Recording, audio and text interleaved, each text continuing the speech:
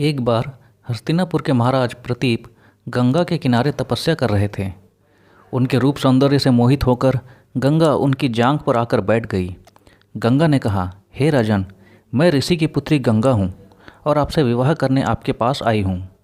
इस पर महाराजा प्रतीप बोले, गंगे, तुम मेरी दाहिनी जांघ पर बैठी हो। पत्नी को तो वामांगी होना चाहिए। दाहिनी जांघ तो पुत्र का प्रतीक है, अतः मैं तुम्हें अपनी पुत्र वधू के रूप में स्वीकार करता हूँ। यह सुनकर गंगा वहाँ से चली गई। अब महाराज प्रतीप ने पुत्र प्राप्ति के लिए घोर तप करना आरंभ कर दिया। उनके तप के फलस्वरूप उन्हें पुत्र की प्राप्ति हुई, जिसका नाम उन्होंने शांतनु रखा।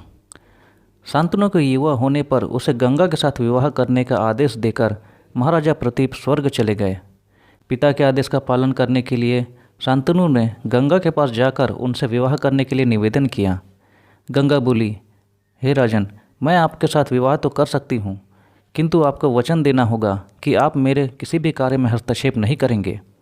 शांतनु ने गंगा के कहे अनुसार वचन देकर उनसे विवाह कर लिया।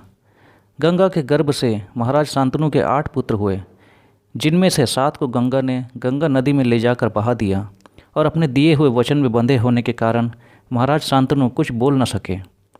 जब गंगा का 8वां पुत्र हुआ और वह उसे भी नदी में बहाने के लिए ले जाने लगी तो राजा शांतनु से रहा न गया और वे बोले, गंगे, तुमने मेरे 7 पुत्रों को नदी में बहा दिया, किंतु अपनी प्रतिज्ञा के अनुसार मैंने कुछ न कहा। अब तुम मेरे इस 8वें पुत्र को भी बहाने जा रही हो। मैं तुमसे प्रार्थना करता हूँ कि कृपा करके इसे नदी में मत बहाओ। दोस्तों, ऐसी धार्मिक और मनोरंजक कहानियों के लिए हमारे चैनल को अभी सब्सक्राइब करें और वीडियो को लाइक भी करें। धन्यवाद।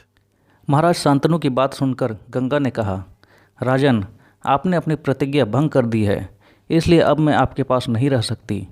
इतना कहकर गंगा अपने पुत्र के साथ अंतर्ध्यान हो गई। तत्पश्चात महाराज शांतनु ने 36 वर्ष ब्रह्मचर्य व्रत धारण करके व्यतीत कर दिए। फिर एक दिन उन्होंने गंगा के किनारे जाकर गंगा से कहा, गंगे, आज मेरी इच्छा उस बालक को देखने की हो रही है जिसे तुम अपने साथ ले गई थी।